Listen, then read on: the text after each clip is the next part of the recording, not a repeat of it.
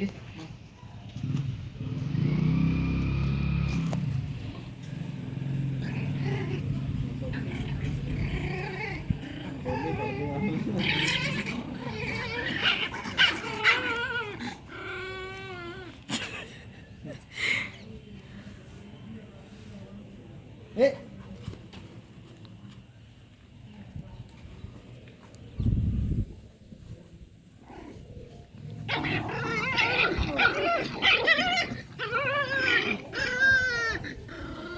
बाली तेज है तू, बाली तेज है। चल अंदर चल,